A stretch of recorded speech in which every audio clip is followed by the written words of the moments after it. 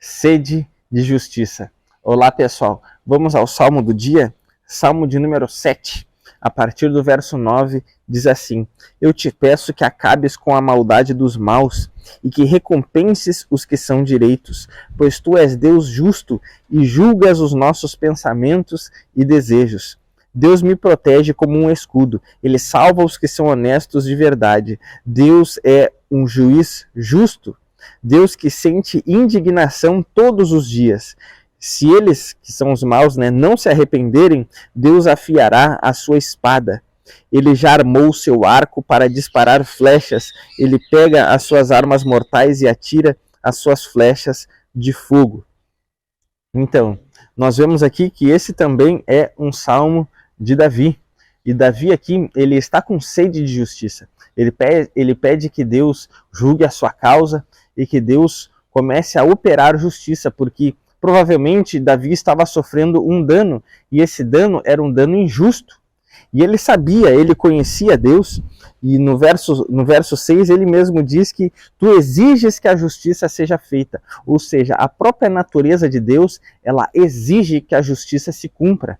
Pode ser que a justiça não esteja sendo realizada agora nesse momento, mas isso não quer dizer que a justiça não será efetuada, porque não tem como nenhum de nós fugirmos da justiça de Deus. Os homens podem fugir da justiça dos homens, mas ninguém poderá escapar do tribunal de Cristo, ninguém poderá escapar do juízo e da justiça de Deus. Então Davi aqui está com sede de justiça, como muitas vezes nós estamos também, quando a gente está sofrendo uma injustiça em determinada área, seja no trabalho ou em alguma situação, e que parece que tudo ali está errado, e nós estamos vendo e nós estamos nos sentindo ali por um momento injustiçados, e a gente quer que algo aconteça, que vire a chave e que a justiça se cumpra.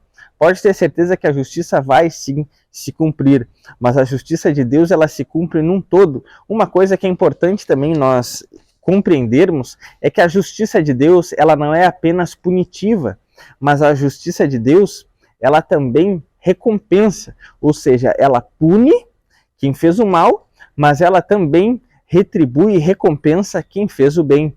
Mas com isso, eu não estou dizendo que nós somos salvos pelas obras, porque quando há a salvação não é pelas nossas obras, não é porque a gente é bom ou porque a gente fez uma coisa boa, mas a nossa fé não deve repousar sobre as nossas obras ou sobre a nossa justiça própria, mas a nossa fé deve repousar em Cristo, porque a obra de Jesus na cruz nos perdoou dos pecados do passado, e por ele ter vivido uma vida de obediência, ele também nos dá créditos, ou seja, ele também nos concedeu vida eterna. Então, não apenas perdão pelos pecados do passado na sua morte, mas também a vida de obediência que ele viveu nos dá a vida eterna gratuitamente.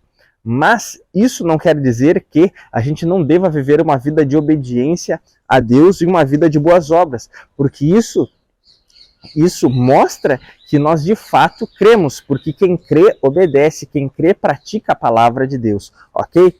Então, quando fala sobre a justiça, e Jesus também falou no Sermão do Monte dizendo: bem-aventurado aqueles que têm fome e sede de justiça, porque serão fartos. Isso mostra que de fato a justiça se cumprirá. E ali mais abaixo, Davi mostra que Deus protege ele, porque naquele caso Davi estava em integridade, e Davi era rendido a Deus. E também ele diz assim, Deus é um justo juiz, Deus que sente indignação todos os dias. Isso é muito importante. Um dos atributos de Deus é a ira. A ira, no nosso caso, é como se fosse uma obra da carne, porque a gente está estressado, a gente está bravo com alguém em relação a alguma coisa. E a Bíblia diz que a ira do homem, ela não exerce, ela não pratica, ela não procede à justiça de Deus. Mas agora, a ira de Deus, ela sempre tem um motivo justo, porque a ira de Deus, como diz aqui, é como uma indignação. E a gente vê que Deus está irado todos os dias, é um Deus que se ira todos os dias, um Deus que está indignado continuamente. E a gente pode pensar, por que Deus está indignado continuamente? É porque, embora em uma cena, em uma parte, Deus esteja vendo seus filhos fazendo o que é certo, obedecendo a Ele, glorificando a Ele, vivendo uma vida de temor, uma vida de reverência diante dEle. Ao mesmo tempo, em uma outra parte, em uma outra cena, ele está vendo pessoas que estão cometendo atrocidades, coisas terríveis contra crianças, contra mulheres, homens fazendo mal para outros homens, crimes horrendos, horríveis, e Deus vê como Deus está onipresente, está presente em todo lugar, e Ele é onisciente, é um Deus que sabe de tudo. Então, por mais que nós estejamos vivendo uma realidade de paz, de tranquilidade, em um outro cenário, em um outro lugar, Deus está vendo as maldades que estão sendo realizadas. E por Deus estar vendo aquilo, Deus sente uma indignação descomunal, porque da mesma forma que se nós víssemos parentes nossos sofrendo agressões físicas, que seja violência ou coisas do tipo, nós também ficaríamos indignados. Imagine então Deus vendo os seus filhos sofrendo dessa forma, a maldade dos homens sobre eles. Então, com certeza, Deus é um Deus que se indigna todos os dias. E essa indignação de Deus, ela parte do suposto de que Deus, originalmente, ele criou tudo perfeito. A Bíblia diz lá em Gênesis, e viu Deus que era bom. E viu Deus que era bom. Cada dia da criação, Deus via que era bom que ele havia criado. E no sexto dia, viu Deus que era muito bom, porque Deus tinha criado ali o homem e a mulher, ou seja, Deus criou a família. E quando Deus criou a família, Deus viu que era muito bom tudo aquilo que ele havia criado. A família é o muito de Deus. Só que, depois que teve o pecado, toda a criação foi deturpada e a maldade entrou no coração dos homens e todos se tornaram pecadores. Então o homem se tornou desenfreado para o mal, vamos dizer assim, né? O homem passa a ter uma inclinação para o mal. Então, muitas coisas erradas começam a acontecer, muita violência, injustiça, enfim, a ponto de um filho de Adão, os filhos de Adão ali, né, Caim matou Abel, que era seu irmão.